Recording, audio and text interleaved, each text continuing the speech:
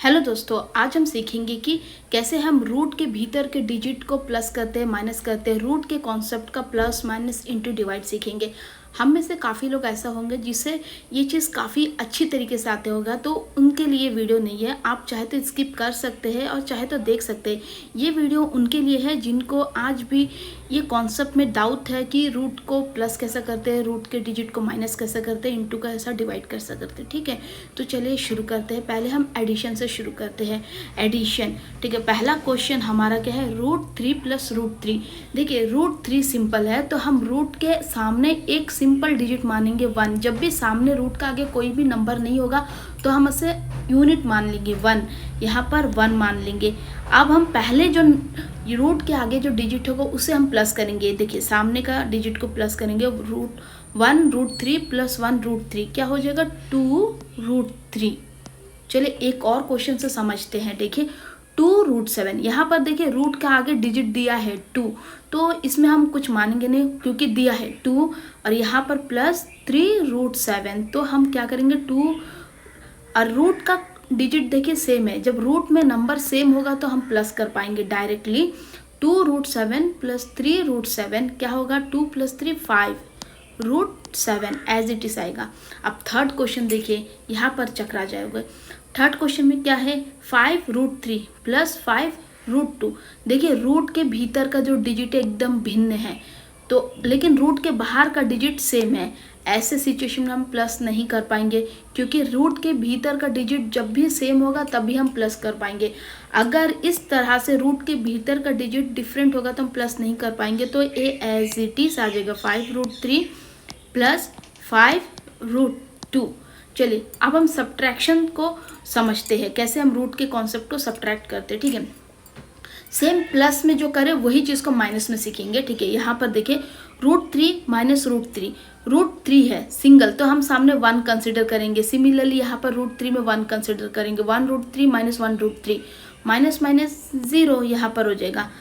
देखिए next question देखिए, √7 है दोनों में भीतर में। 2 √7 - 3 √7। 2 छोटा डिजिट है 3 का कंपेयर में, और सामने प्लस कंसिडर करेंगे। जब भी कोई सिंबल नहीं होगा तो मतलब प्लस है। और यहाँ पर देखिए माइनस, ये 3 का माइनस है। ठीक है, तो +2 - 3 कितना होगा, -1, और हमारा √7 एज इट इज आ जाएगा क्योंकि हमारा जो दोनों में रूट का जो अंदर का डिजिट है इक्वल है। नेक्स्ट देखिए 3 √6 - 2 √6। यहाँ पर देखिए रूट के भीतर का डिजिट एज इट इज है, तो हम वो एज इट इज √6 लिख सकते हैं। यस, यहाँ पर देखिए 3 का आगे सिंबल क्या होगा, प्लस +3 - 2 क्या होगा, +3 - 2 1 हो जाएगा। तो हम इधर 1 लिख देंगे। आपको 1 को शो करने का ज़रूरत नहीं है, आप जस्ट √6 ऐसा लिख सकते हैं। इसी तरह यहाँ पर -1 ऐसा शो करने का ज़रूरत नहीं, -√7 ऐसा लिख देंगे। ठीक है, नेक्स्ट देखिए आप 5 √3 - 2 √2। देखिए रूट के भीतर का डिजिट डिफरेंट हो गया। अब हम प्लस माइनस कुछ भी नहीं कर पाएंगे। प्लस भी नहीं कर पा रहे थे ना, अब माइनस भी नहीं कर पाएंगे। हम इसे एज इट इज लिख देंगे 5 √3 - 2 √2। ठीक है, अब देखिए सारा गेम चेंज हो जाएगा जब हम मल्टीप्लीकेशन और डिवाइड में जाएंगे। यहाँ पर देखिए मल्टीप्लीकेशन में भी हम सेम ही डिजिट्स यूज़ करें लिटिल डिफरेंस के साथ। √3 × √3, सामने हम 1 कंसिडर करेंगे। यस, ठीक है। अब यहाँ पर 1, अब देखिए √3 × √3, इसका मतलब क्या होगा, जब भी कहीं पर हमारे पास रूट आता है ना, रूट का मतलब हाफ होता है। ठीक है, अब इनको मैं अब इसे प्लस में कैसे करते हैं समझाती हूँ। 3 रूट का मतलब हाफ है ना, इंटू 3 रूट का मतलब हाफ। ठीक है, अब हमारे पास एक्सपोनेंशियल का कॉन्सेप्ट का क्या है, एक्सपोनेंशियल का कॉन्सेप्ट जब भी a पावर m होगा और a पावर n होगा तो हमारा जो पावर है प्लस होगा, a m + n होगा। तो हमारा पास यहाँ पर क्या है, 3 है ना, बेस 3 है, पावर 1/2 इन प्लस 1/2 होगा। 1/2 क्या होगा, 3 पावर 1 हो जाएगा। तो इसका मतलब बाहर आएगा 3। सिंपल एक्सपोनेंशियल का कॉन्सेप्ट मल्टीप्लिकेशन में यूज़ होगा। जब भी √3 × √3 होगा तो आंसर सीधा 3 बाहर आ जाएगा। ठीक है, इसको हमने एक्सपोनेंशियल का वे में सॉल्व करके देखिए। चलिए नेक्स्ट देखते हैं क्या है क्वेश्चन। 2 √7 × 3 √7। ठीक है, थोड़ा स्पेस खाली कर लेते हैं, स्पेस ये माइनस यहाँ पर 3 आ जाएगा ना, यहाँ पर 3, ठीक है। 2√7 इंटू 3√7, हम 2 और 3 को एज इट इज़ मल्टीप्लाई कर देंगे, क्या हो जाएगा 6।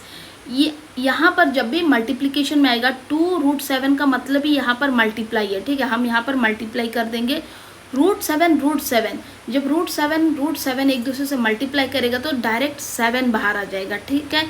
जैसा हम इस क्वेश्चन में करें, √3 मल्टीप्लाई होगा तो क्या होगा 3, सिंगल डिजिट 3 बाहर आएगा। कैसे आता हम एक्सपोनेंशियल का कॉन्सेप्ट से देख चुके हैं।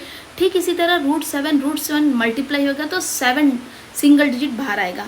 नाउ 7 6 42, ठीक है। अब देखिए एक और क्वेश्चन से समझते हैं, इस क्वेश्चन को ध्यान से देखिएगा, काफ़ी इंपॉर्टेंट है। 4√12 इंटू 3√3, ठीक है। 4 इंटू 3 हम क्या करेंगे, पहला जो डिजिट है वो दोनों को मल्टीप्लाई कर देंगे, 4 इंटू 3 12 हो जाएगा। अब हमारे पास रूट को एक तरफ लिख देंगे, √12 इंटू √3, ठीक है। अब लिख दिए 4 इंटू 3 12 हो जाएगा। अब √12 इंटू √3, ठीक है। अब देखिए √12 को हम लोग तोड़ के लिख सकते हैं 12 इंटू √4 इंटू 3, ऐसा लिख सकते हैं रूट के भीतर, यस। अब इससे √3 जो बचा वाला, नाउ देखिए यहाँ पर हम इससे कैसा लिख सकते हैं 12 इंटू, इस रूट का अंदर हम लोग रूट को तोड़ सकते हैं जब भी मल्टीप्लिकेशन में, जैसे कि √4 इंटू 3 है ना, तो हम इसे कैसे लिख सकते हैं √4 इंटू √3, ऐसा लिख सकते हैं, यस लिख सकते हैं, इंटू √3 लिख लेंगे, ओके। नाउ देखिए 12 यहाँ पर एज इट इज लिख देंगे। अब देखिए √3 जब दो रूट मल्टीप्लाई होगा आपस में तो सिंगल डिजिट बाहर आएगा, तो हम यहाँ पर 3 लिख सकते हैं। अब देखिए यहाँ पर 4 क्या है, रूट के भीतर है, तो 4 को भी हम तोड़ के लिख सकते हैं स्मॉलेस्ट डिजिट में 2 इंटू 2, ठीक है। इसको फर्दर हम कैसे लिख सकते हैं 12 इंटू 3 इंटू 2 को 2√2 ऐसा लिख सकते हैं। जब दो रूट एक दूसरे से मल्टीप्लाई करेगा तो सिंगल डिजिट फिर से बाहर आएगा, तो यहाँ पर 12 इंटू 3 इंटू 2 ऐसा होगा। तो इसको सॉल्व करने से कितना होगा 12 इंटू 3, ठीक है 36 होगा, 36 इंटू 2 72, तो हमारा आंसर यहाँ पर 72 हो जाएगा। तो चलिए थोड़ा सा स्पेस बचा लेते हैं यहाँ पर, तो आंसर क्या है हमारा 72, वेरी सिंपल, ठीक है। यदि आपको नहीं समझ आया तो आप वीडियो को पॉज करके देखिए, समझने का कोशिश करिए, और यदि कोई डाउट है तो आप कमेंट करिए, मैं हर एक डाउट को सॉल्व करने का कोशिश करूँगी। नेक्स्ट देखिए यहाँ पर 4th वाला 3√5 इंटू 2√2, ठीक है। यहाँ पर देखिए 3 इंटू 2 को हम मल्टीप्लाई कर देंगे, 3 इंटू 2 डायरेक्ट करने से 6 होगा, और रूट वाले टर्म्स को एक साथ लिख देंगे, √5 इंटू √2, ठीक है। अब देखिए 3 इंटू 2 6 होगा। अब हम रूट के टर्म को ना डायरेक्ट मल्टीप्लाई कर सकते हैं, ऐसा कोई इशू नहीं, क्योंकि हम लोग रूट के टर्म को डायरेक्ट अलग भी करते हैं ना, लास्ट क्वेश्चन में देखा। देखिए √5 इंटू 2 रूट के भीतर आएगा 10, ओके। नाउ चलिए हम लोग देखते हैं डिवाइड का क्वेश्चन। डिवाइड देखिए √3 डिवाइड √3, चलो हम इसको ऐसा फॉर्म में लिख के देखते हैं, डिवाइड √3, सेम नंबर है, एक दूसरे को काट देगा, इक्वल 1 होगा, ठीक है, वेरी इजी हुआ ना। नेक्स्ट देखिए 2√7 डिवाइड बाई 3√7, इसको डिवाइड का फॉर्म में लिख देते हैं, 2√7 डिवाइड 3√7, देखिए √7 सिमिलर डिजिट्स है, कट जाएगा एक दूसरे को, तो हमारे पास बचेगा क्या 2/3। यहाँ पर देखिए 15√2 डिवाइडेड बाई 3√2, देखिए √2 सेम डिजिट है, एक दूसरे को काट देगा। अब देखिए नेक्स्ट 15 डिवाइडेड बाई 3 5 15 होता है ना, तो हमारा आंसर 5 हो जाएगा सिंगल। अब यहाँ पर देखिए चौथा वाला 4√12 डिवाइड फॉर्म में लिख देते हैं 2√3, ठीक है। अब देखिए यहाँ पर √12 है, नीचे √3 है, थोड़ा डिफिकल्ट तो लग रहा है। अब यहाँ पर देखिए 2 2 कट जाएगा, तो हम इसको एज इट इज लिख देंगे। अब देखिए रूट के जो भीतर 12 है उसको हम लोग तोड़ सकते हैं, लास्ट में हम लोग मल्टीप्लिकेशन में देखे थे कैसे तोड़ सकते हैं, 4 इंटू 3 ऐसा तोड़ सकते हैं।